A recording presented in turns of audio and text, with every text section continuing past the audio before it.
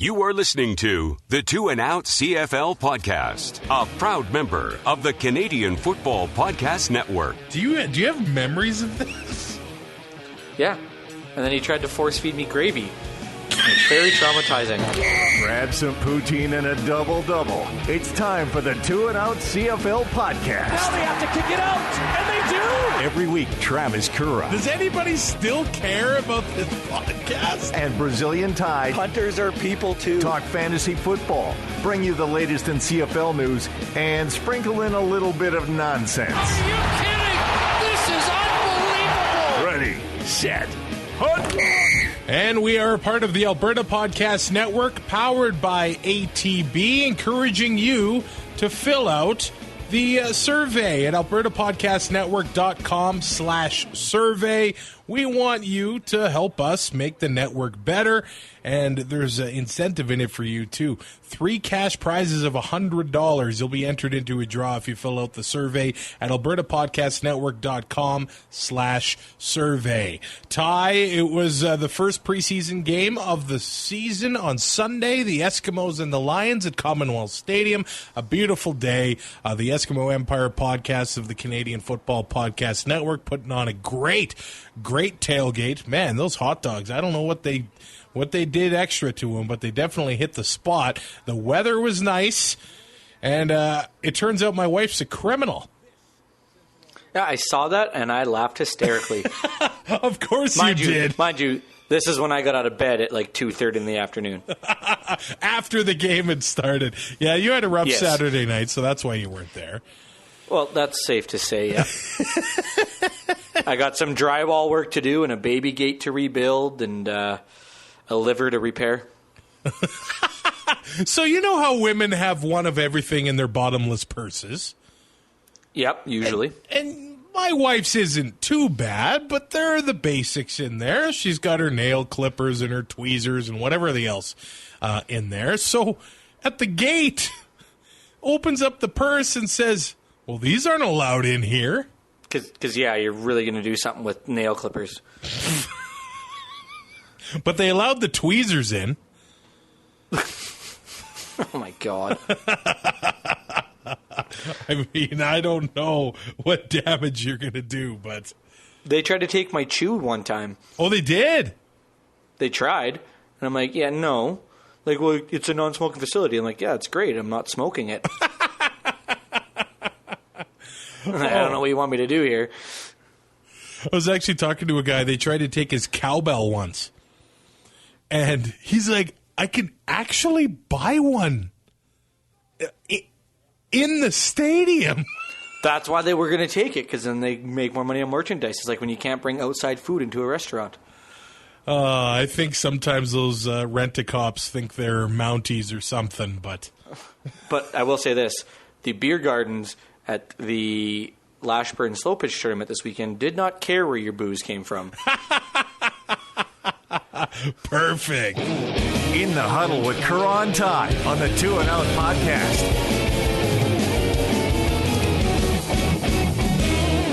All right. I do want to make a quick announcement. We now have a website/blog. If you want to check it out, go to twoandout.ca. Type it in on your phone, your computer, and there'll be all kinds of stuff out there. I know Ty's going to use his stats, his fantasy stuff once the season gets underway. I just basically trash everything with my opinion. Sounds about right. Yep. Although I've been pretty positive so far for everything that's gone on this season. So check it out, twoandout.ca. Ty's already got thrown under the bus for not posting anything yet. It's only been a week, but people are they're waiting, man. Well, the waiting just makes it so much sweeter, doesn't it, when we actually get going? I got to ask you, when's the last time you wrote anything? This morning. Oh, what did you write? I made a list. I made a list of what needs to be done before I go on the road. Okay. And I got none of it done. Were they complete sentences? No, God, no. It was just bullet points. Hey, bullet points work, man. Bullet points definitely work. Clearly. All right. Let's talk a little about that game on Sunday. I know it wasn't on TV, so you didn't get to see it, but the Lions lose 22-7. Of course, Mike Riley made the trip. He didn't play the game. It was the backups. But before the game, some tough news for the Eskimos' offensive line was Sir Vincent Rogers, their starting left tackle that came over from Ottawa to keep protecting Trevor Harris's blind side, tears a bicep. Now, they did say he was going to be out indefinitely, but it kind of seems like September, Labor Day rematch kind of thing now, which is good news for that line because they really did not look good on Sunday. And I know we're at the point of the season where the defenses are ahead of the offenses, but they were playing starters on their offensive line, and BC and their backups were putting the pressure on the Eskimo quarterbacks. And that is not a good sign. I know it's only preseason week 1, but when you're getting beat up like that, it's not a good look. And like you said, with Sir Vincent Rogers being out, what they said indefinitely at first was like, oh boy, this could really start what we've seen for like the last 3 or 4 years, it seems, in Edmonton, where the injury bug hits early, hits hard, and hits often. And, I don't know what it is. I don't get it either. It's that city, Max. The same thing happens with the Oilers. That being said, him coming back in September, damn it, Charlie Coyle, sorry. That being said, him coming back in September is going to act like a trade deadline pickup kind of idea. If he is healthy and able to play, and so it'll be a great addition, later on in the year. And that being said about the Eskimos' offensive line, the Lions, while they were playing some backups, the Eskimos were able to put on some pressure as well. I don't know how you can, evaluate quarterbacks when they are on the run nonstop. But Philip Lawley, new defensive coordinator for the Eskimos, said that's what they're going to do. They're going to pressure the quarterback. They ended up having 5 sacks in the game, and there were a few blitzes in there. I thought it was an unwritten rule not to blitz in the preseason, but screw that. No, you blitz every chance you get. It's preseasons for defenses too. They got to learn the schemes, and if the quarterback can't pick that up and his O-line's having trouble, then you obviously know what you need to work on in training camp for the rest of the time. Special teams was the big story in the game. The Lions did end up signing Sergio Castillo to a contract. We've seen him before with the Bombers and the Ticats. You're always in tough if you are an American kicker, but the kickers weren't really the story on special teams. It was probably the coverage teams on both sides. BC ended up having a 63-yard return for a touchdown from Shakir Ryan, but the Eskimos had a dynamite return game. Josh Stanford Finally. Stanford had a 74-yard return, and Jordan Robinson had over 100 yards in punt returns. It's been a long time since they've had any sort of return game in Edmonton. And it creates long fields, and I don't want to say it's why, but I mean it had a lot to do with why Mike Riley was putting up the numbers he was. Like, you're having to go 80, 75 yards every time you get the ball. You never have a short field. It's really hard to get an offense going without throwing the ball. And there were nights where Mike was throwing it 45, 50 times because he had to, because they're starting from their 10 because there was no return game. So they start, if they can find a return game and find the scheme and give Trevor Harris those shorter fields, they could be a force to be reckoned with in that West Division. And there was another thing that I started thinking about during this game. If that's what BC has to put on the field if Mike Riley goes down, things are not good. And if that's what Edmonton has to put on the field if Trevor Harris goes down, that's not good either. It looks like Logan Kilgore might have the edge on Danny O'Brien for the backup job. He had a beautiful throw to Tavon Smith for a long touchdown there, and Tavon Smith showed his speed off on that play. But what teams are in good shape if their starter goes down? The only one I can think of is Winnipeg. Or Toronto, maybe, depending on... There's at least some experience there, yeah. There's some experience, and that maybe your saving grace. But yeah, Winnipeg, We saw Strevler in the first couple of weeks last year, took over that offense and won them a couple games. So we know it can be done. But yeah, I would agree with you there that Winnipeg would be in the best shape if, God forbid, Matt Nichols goes down. And who knows, there might be a hidden prospect on one of these teams because once upon a time, Bo Mitchell and Tino Mike Riley. Sunseri.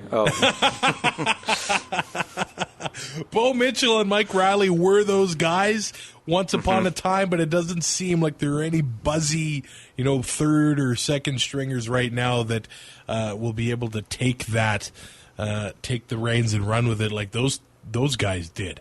Let's talk about the preseason games for the rest of the week here. A little of what to expect. The Alouettes and the Argos, by the time you listen to this, there's a good chance the game has already been played.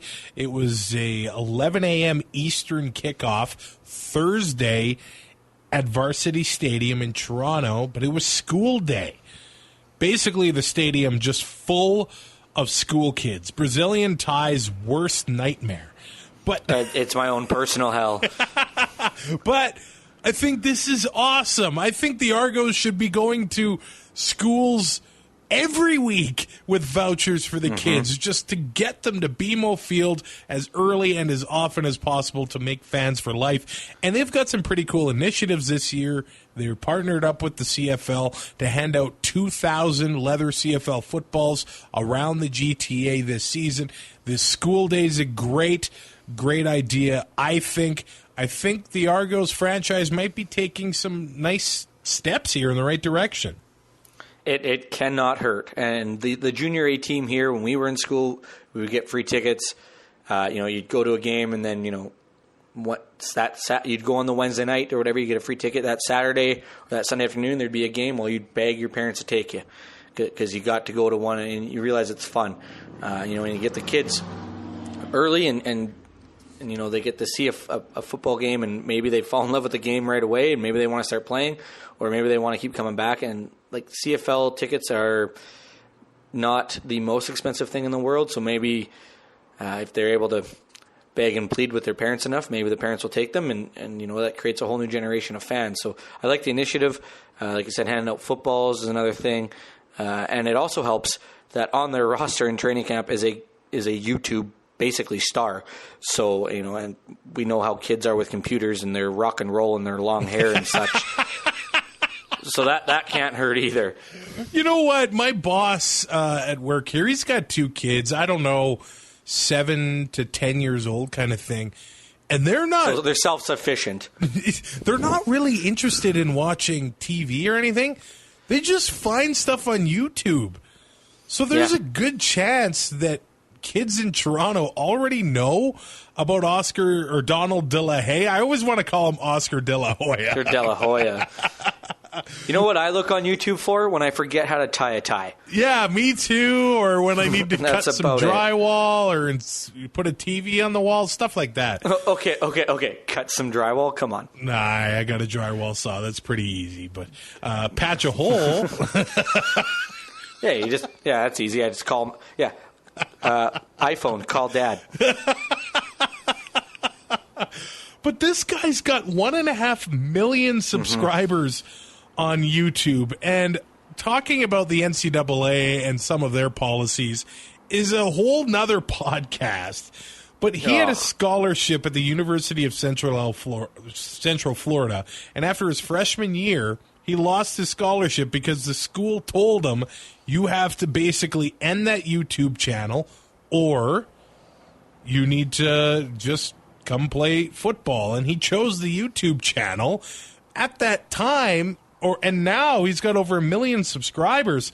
That thing's making him some cash.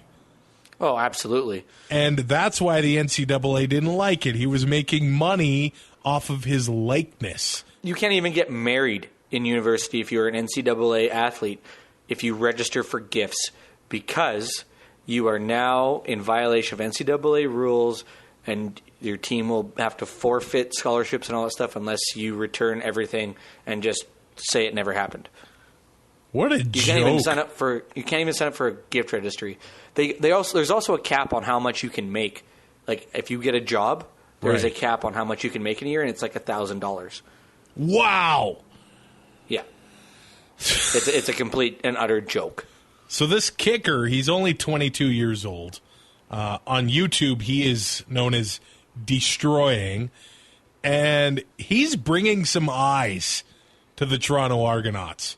He took a tour of the Saskatchewan Roughriders facilities back in 2017, the year that he lost his scholarship. And as an old guy, it's tough for me to put myself in the mindset of kids, but it's what they do. They go on YouTube and they go on Instagram, and that's where they spend their time. So this guy, he's an American kicker, so I think it might be tough for him to make the roster. But he's got over 400,000 Instagram followers. Now the Argos have the most followed team account on Instagram, and he makes these videos documenting his days at practice and things like that, and they get over 1 million views. This guy is an internet star, and I think if they can't fit him onto the roster, there's got to be a position for this guy in the organization somewhere, no? Social media somewhere, consultant or coordinator. I don't want to take somebody else's job away, but if you can turn those subscribers into ticket sales, then I mean that's a whole nother story. Yeah, even if he is on the team as a publicity stunt or whatever, he's got to have talent. He's young, so they're not winning the Grey Cup this year. So what does it hurt? Or is that a lock? I'll lock that in. The Toronto Argonauts are not winning the Grey Cup in 2019. Interesting. Is that bold? No, it's early yet. I mean, they're 8 injuries away from having the best quarterback in the CFL.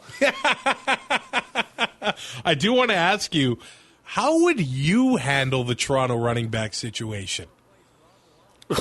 Brandon Burks, Mercer Timmis, James Wilder Jr., Tyrell Sutton, Chris Rainey, Dexter McCluster. I would go Burks. I might go Sutton and Burks as my starters, and then Chris Rainey because you need the return game. So I think Rainey will be exclusively used as a returner, and then use him at receiver on certain plays. And I think the same for Dexter McCluster. I'm not shocked if James Wilder Jr. is on the outside looking in here. No, I wouldn't be either. With that, if he has another breakout year and doesn't get a offer down south or catch on down south, it's going to take a lot of money, and it's a salary cap game, and if you have the chance now where you have a cheaper option, you got to take it if you can spend that money at a better position. So I'm not saying running back isn't important, but if you can spend that money on your offensive line and protect your quarterback and have a serviceable running back there that can run behind a good offensive line, then I'd rather spend my money that way. It's crazy to say this, but James Wilder Jr. has only had 9 or 10 good games in the CFL. Mm-hmm. He came in as a rookie and got the starting job from, I think it was Brandon Whitaker after Labor Day, and then the rest is history. Last year... And then held out. Yeah, and then last year he struggled. Yep. And ended the season injured. We're talking about a guy that's been in the league for a year and a half, but only had a good half a season at the end of the day. Yeah. And that's why I don't see it being an issue putting Burks back there. We saw what Burks could do after James Wilder Jr. was hurt, so it's not that much of a difference. Let's talk a bit about the Alouettes here. Would you buy the Alouettes if you had the cash? That's what I wrote on toandout.ca. I don't think I would. I probably have the cash, so they can't be worth that much, but I still wouldn't do it. Apparently, last season it was reported that they lost $12 million. Yeah, but the salary cap's only like $5 million. I don't know. How much is rent at McGill? I don't know how or what the I'd like to see an operating cost of a typical franchise like the Rough Riders or the Stampeders or something like that. But you're right. The Owls, they basically have to rent McGill, but they also have to rent the practice facilities as well. It's not a good situation that the team is terrible in right now. No, it's dire straits. We have the ownership issue. They still have Kavis Reed as their GM, so, I mean, this year's probably not going to go well after week 5. We saw it all the time, Jim Pop meddling. It hasn't been good since after Calvillo left. Like, let's call it what it is. They had the 1 year with Crompton where they went 9-9 and made the playoffs miraculously. But this is a team that has not figured anything out other than that 9-9 year. They've lost in the East Semi once under Trestman. Or, sorry, was it Trestman or Pop? It was Higgins, I think. Or Higgins, sorry. Short hair, glasses, and a hat. Whatever they all look the same. It just... And now with Kavis Reed, it just seems like he has no idea what he's doing. The coaching staff, I still don't think they know that there's 12 guys out on the field. So I don't see it getting any better unless the owner comes in and totally revamps everything and finds a good GM and a good football ops guy to take over and do what needs to be done to get this team back into contention. There is some young prospects they now have on the offensive line. Antonio Pipkin maybe gives some fans some hope, and the defense has some horses there. So hey, they could fight for a home playoff game this year, but the league said they wanted to get a new owner in place by the time the season gets underway, or it's been talked about anyway. And we're only a few weeks away. Kind of 3 groups have been brought up. Vince Guzzo, the Eric Lapointe group, and Clifford Stark. Stark put out the letter with his intent to purchase, so maybe that's the group that the league goes back to take care of the Alouettes. This one's going to be on TSN on Friday. The Stampeders and the Rough Riders. The Stamps had some rough news, learning that right guard Brad Erdos is now out for 2019. So it looks like Justin Lawrence will move to center, and 2018 first-round pick Ryan Skeevier will be at guard here. But either way, the Stampeders might have a pretty inexperienced interior for their offensive line, and they gave up a league-low 27 sacks last year. How could this affect the team? Inexperience is huge, especially in between offensive and defensive lines.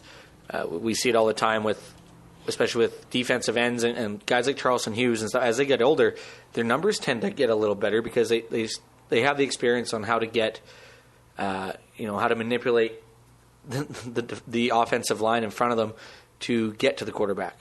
So having the youngsters at 2018 first round pick, yeah, it's a year ago, but still a guy that hasn't played a whole heck of a lot, a new position. Calgary has had a lot of continuity on that roster, and their offensive line has been really good for the last couple of years. I feel like it's just going to be a plug and play. You might notice some rust early, but I think they're gonna figure out a way whether or not it's helping him with a tackle or the center with a double team. And they'll make the adjustments as needed with that coaching staff. I don't think it's going to be that big of an issue. In the long run, though, it's not ideal, obviously. You want those veterans on the offensive line especially, but you can't always get it.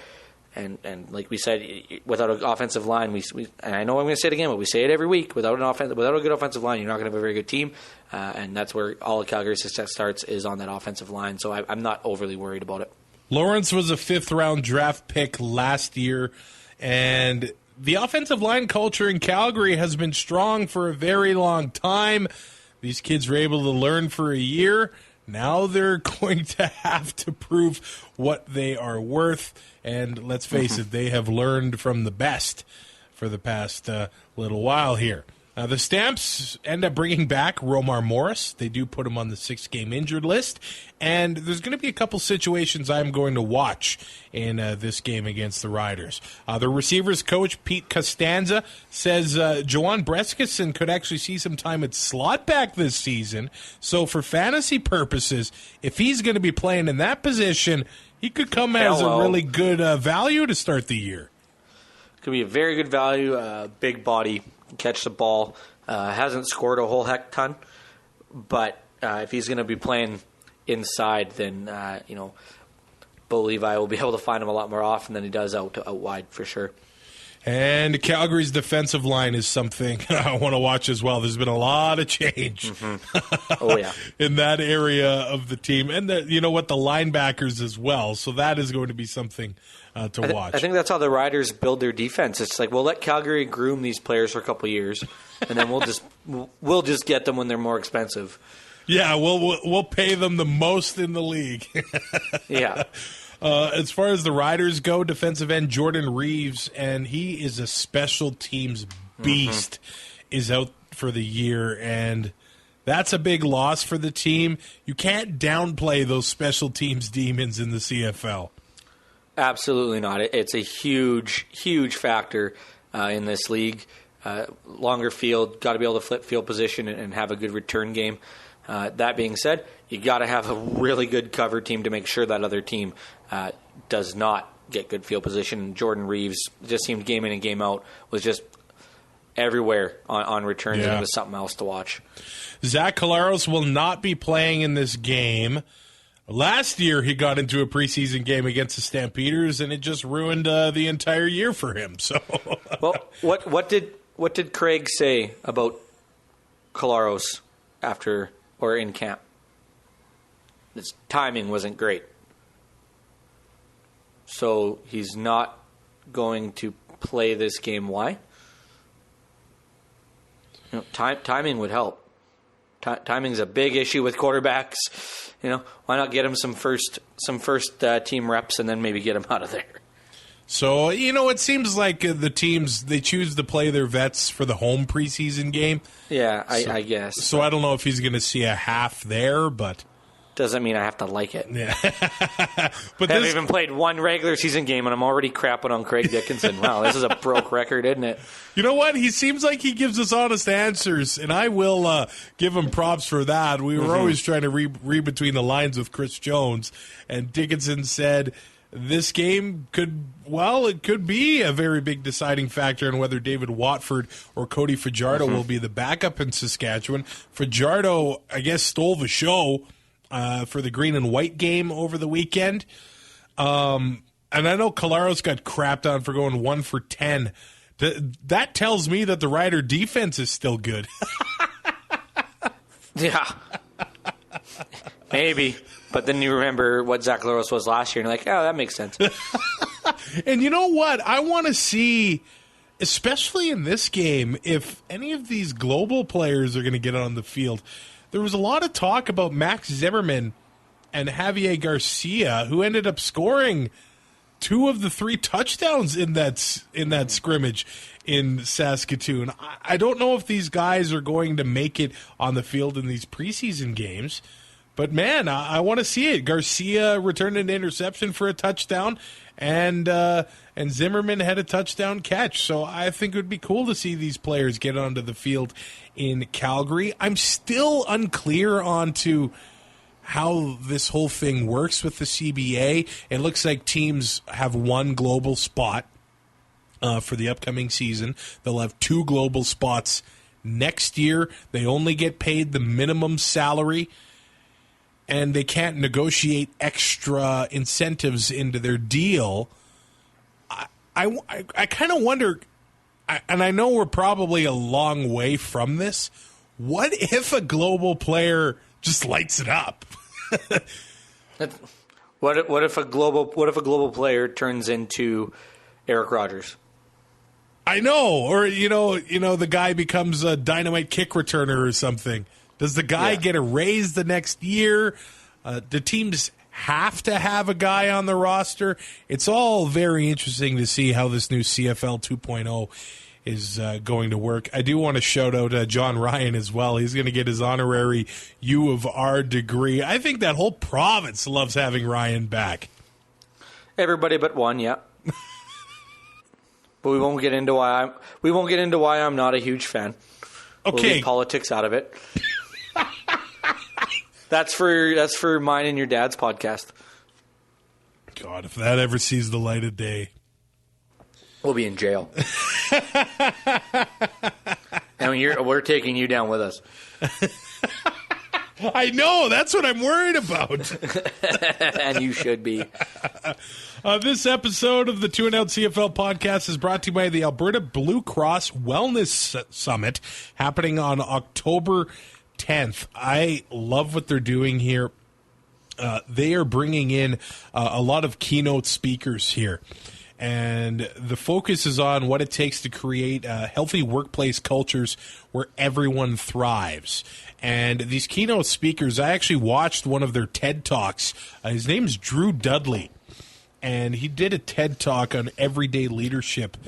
And, man, just type in Drew Dudley Lollipop on Google. It's 6 minutes long. I watched it right before the show, and now I'm ready to be the best me, man. I'm ready to live my best life. But you don't just sit there, you eat the chips or whatever and watch the speeches. You get to mingle with these inspirational people. So you get to really talk to them and really take away some great information from this summit. Do Bubba and Dudley make an appearance on that video, or is it just... Drew Dudley's a great name, isn't it? It's so good. He, not known to a lot of people, but he is the third Dudley boy. Oh, if you do want to check it out, you can make all kinds of great connections at the Alberta Blue Cross Wellness Summit. It happens at the Renaissance Edmonton Airport Hotel, October 10th. Get more information at thewellnesssummit.ca. Moving into another preseason game that's going to be happening on Friday. It'll actually be live streamed on bluebombers.com. The Eskies and the Bombers here. And talking a little bit about the Bombers, I think we're going to get to our season preview in the next week or so here. Probably next week, actually, since it's going to be June already. I think the Winnipeg Blue Bombers, this is all about getting up to speed and staying healthy.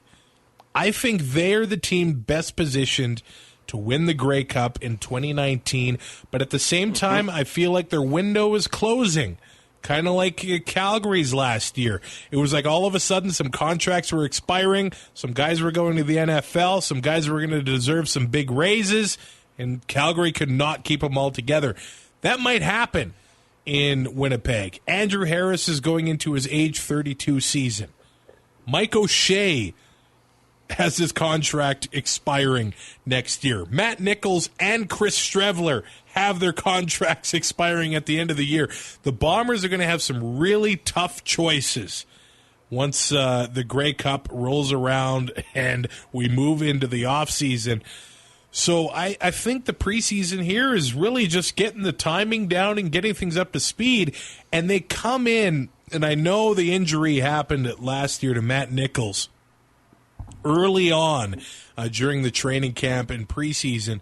The fact that he's healthy and they don't have to go into the season with their unknown quarterback, it is really big, and the Bombers could get off, I think, to the best start once the season starts in a few weeks. Could you say they could manage to get off to a good start if Matt Nichols is healthy? Wow. There it is. Wow, that didn't take long. No, much like his throws. No, if Matt Nichols is healthy and Andrew Harris is, Andrew Harris has been the last couple of years, and the rest of the team can stay healthy and Strevler can contribute like he did, they got a really good chance of hosting that West Final. And like you said, that their window is closing, similar to the Stampeders, with guys getting up there in age and contract issues. So, they got to get off to a good start, because if you fall behind in that West Division, it's really hard to get back. A couple players are going to be watching in this one. It starts with Lucky Whitehead. He is going to be a kick returner for the Blue Bombers. And the guy has a crazy story. He was with the Dallas Cowboys, and he was arrested for shoplifting, petty larceny charges of less than $200. Well, what happened here, one of his friends was the actual suspect, but stole his ID, and he provided the Lucky's name, his birth date, his social security number. So he's the one that got thrown under the bus and getting arrested. Before he got cleared of the charges, the Cowboys let him go, which a couple years ago, considering the players that the Cowboys were employing, that's insane. And then this guy's dog was kidnapped and held for ransom. The guy had a crazy go of things in the States. He had a cup of coffee with the New York Jets after the Cowboys fiasco, and now he's in Winnipeg. And I'd rather be in jail than play for the Jets.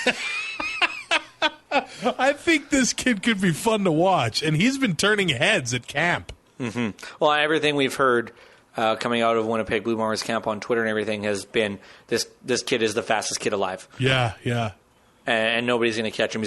And he's not even at full speed. And if that's the case, this is going to be fun. And the Winnipeg secondary is going to be one to watch. We've kind of wondered how long can Winnipeg keep going with all of these turnovers. Could it end this year? I don't know. There's now Willie Jefferson and Adam Bighill's still there. Yeah, Loeffler's gone. Kevin Fogg is gone. And Chris Randall is like so. It is stopping this year. That's your bold prediction?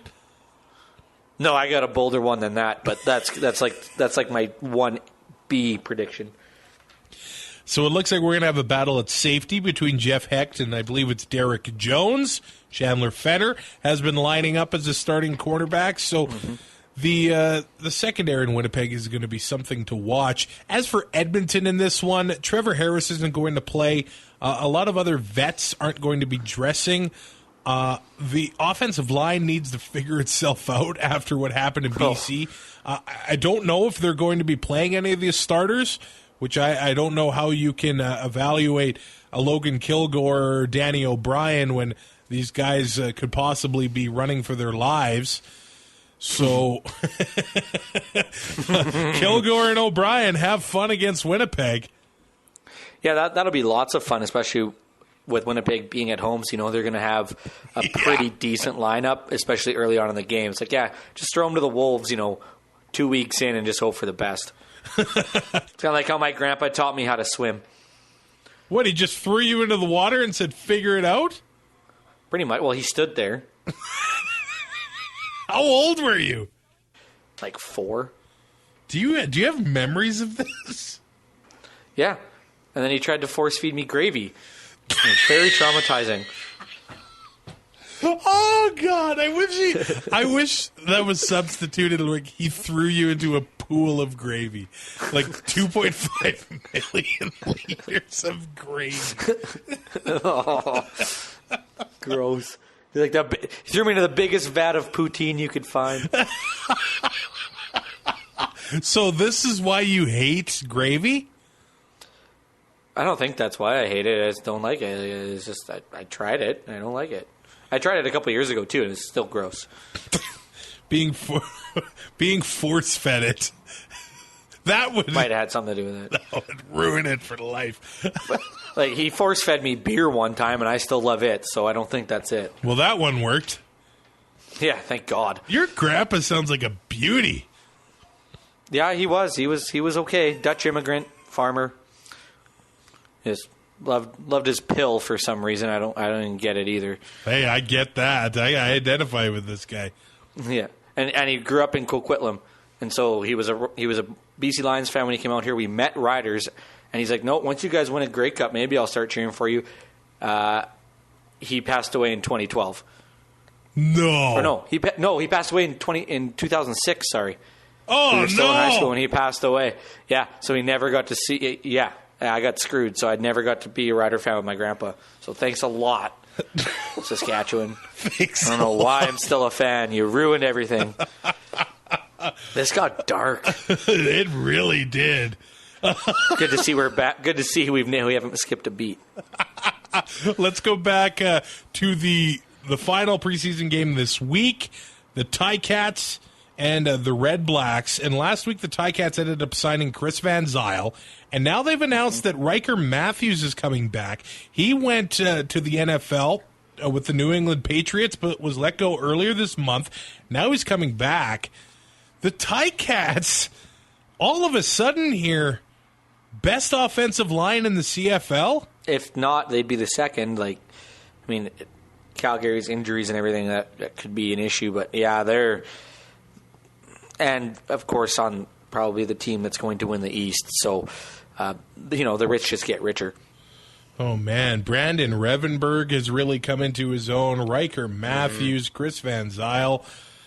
Oh, man. They're Mike Filer. If they stay healthy. Yeah. Sirocco had a great year last year. Man, those Ticats, they might punch you in the face if you try to play those guys. I think there's a lot more questions from the Red Blacks. No. Going into this game, but I do want to see what the Ticats do with their running backs. I don't think they'll, show their cards as if they're going American or Canadian in this one. They could. We'll see how the carries go in it. But Ottawa, we need to decide a starting quarterback here. Jonathan Jennings or Dominic Davis. And you remember Davis when he was in Winnipeg. And I think on the Prairies, the favorite player on any team is the backup quarterback. Davis does have a rifle. And he can run. Jennings can run too. And there's talk in Ottawa that they could go with an all-Canadian offensive line because the guys they've brought in from the States are very young and new to the game. They really don't have any American experienced offensive line in camp in Ottawa. Maybe these are the quarterbacks that can do it because they're going to be running for their lives. Yeah, Ottawa Red Black fans finally got what they asked for, and they get Dominic Davis behind center because apparently he was a way better option than Trevor Harris, according to them. So that was some of the crazy ones on Twitter. I mean, oh man, no, I'm painting them all with the same brush. You know me. Yeah. Well done. But no, both these guys are mobile, which if they do go with the inexperience on the O line, and they don't have the horses they used to. Could be a benefit, and they can both run. So it's not like you're going like the Riders had to from Zach Claros to Brandon Bridge, and the O-line struggles because it's two distinctly different playing styles. So Ottawa says they're planning on playing their starters. This game will be on TSN, so they need to get up to speed as fast as they can. I know Moses Madu is the starter. When it comes to running back. But I really want to watch this John Crockett running back. A lot of people are talking about him from Red Blacks camp. I believe he was a Green Bay Packer once upon a time. Well, now he's in Ottawa, and he could actually be the one that pushes Madu or takes the job at least partway through the season. Well, we've never really seen Moses Madu have a starting gig for an elongated period of time. Yeah, he's never been the feature guy. Right? So maybe him getting pushed, maybe him having that spot and then having that little bit of a push where he has to keep his performance up could be a good thing. And if he falters, they could have a very viable backup that could take over. So definitely something to watch, like you said. And that's another team that could go Canadian at the running back position as well. There's a lot of moving parts in Ottawa. I guess that does it for this week. I'll be joining Brian for the BCLionsDen.ca podcast this week. Of course, Brian, a part of the Canadian Football Podcast Network, has been doing the CFL podcast thing for as long as anyone, but his co-host Mojo can't do it this week. He's going to the movies, I think. The Godzilla is in theaters. Which, by the way... How many Godzilla movies can they make? Like, come on. Hey, the new ones are good. The new ones are really good. It's like Police Academy. After the third one, just stop. So I'll be on the BC Lions Den podcast. You can check that out. And I also want to encourage you to check out the CanadaFootballChat.com prospect game on TSN. It's going to air on Sunday. The game actually happens on Saturday, but they're going to be airing it on a delay. Farhan Lalji with the call, but it is 72 of the top high school players from across Canada playing at TD Place in Ottawa this weekend. I can't wait to check that out on Sunday. Including one from our hometown. Of Lloydminster. Yes, their running back Matthew Morin is going to be playing on the Team Burrs roster. So unfortunately, he got the lesser of the less favorite of the two coaches that are there. He didn't get put on Team Dunnigan, but definitely, if I'm not working, I'm gonna be watching. Get to see some kids that maybe eventually I might get to see in U Sport, and then hopefully, if they're able to keep playing football, maybe drafted in a couple of years. So, how does U Sports feel about all of this? Like, they can't get the East-West Bowl on TV, but this is, and I'm not knocking this. I think it should all be on TV. Mm-hmm. There's a lot of things that should be on TV that aren't. Yeah. It's kind of sad what's happening with U Sports. Hopefully that situation changes in the next year or two. But I'll be watching this one in the meantime, the CanadaFootballChat.com prospect game on TSN from Ottawa this weekend. I'm Travis Currah. He is Brazilian Ty. We're part of the Alberta Podcast Network, powered by ATB. And the Alberta Podcast Network is happy to be partnering with Seat Giant to get you the best deal on tickets to major sporting events, concerts, theater, all across North America. And the best part about this one is that it's all in Canadian dollars. Go to SeatGiant.ca, and then you're knowing what you're going to pay. There's not going to be any surprises when your credit card screws you with the currency exchange. So when you want to buy yourself $70,000 Raptor tickets, it's going to say $70,000. We can't all be Snow, right? Like, Informer's making some sick residuals. How much would you pay for courtside tickets, realistically? Like for Raptors Game 1? Yeah. For a pair, I would pay upwards of $5,000. Yeah, I guess that's reasonable, but... it's the experience, right? I don't know if it's reasonable, but... No, it's definitely not reasonable. It's more reasonable than $30,000 each. Yeah, this might come as a shock to some people, but I like basketball, and I've been a Raptors fan since I started watching basketball. So this is a huge moment for me. I'm going to be quitting work a little early tomorrow to make sure that I'm home in time, or at the hotel in time to watch Game 1 for sure. Are they going to beat the Warriors? I'm not discussing it. I don't want to jinx it. You know what? I almost feel like the Warriors are better without Durant. They are 35-1 in their last 36 without Durant. So, yeah. So even if his calf is good, keep him out. No, let him play. Let him play. SeatGiant.ca. What's 5% off of $30,000? Because you could save that by using the promo code APN at checkout. Is that $600? Yeah, you could save $600 on your Raptors tickets. I don't know if you're really saving $600, but SeatGiant.ca. Use the promo code APN at checkout to save 5% on your purchase, and you're supporting a Canadian company. It's Canadian owned and operated, and it guarantees every ticket. SeatGiant.ca, offer code APN. Brazilian Ty and Travis Currah, that does it for this week. We'll be back next week before the final preseason games, and then I guess after that it'll be time to do some season previews. Oh, so I got to start working. Yes, you do. Get to work, my friend. That does not sound like fun, but I guess we could get something together. All right, buddy. Rate, review, subscribe on iTunes. We'll talk to you in a week. Thanks for listening. Find more great shows like this at CF Pod Network on Twitter.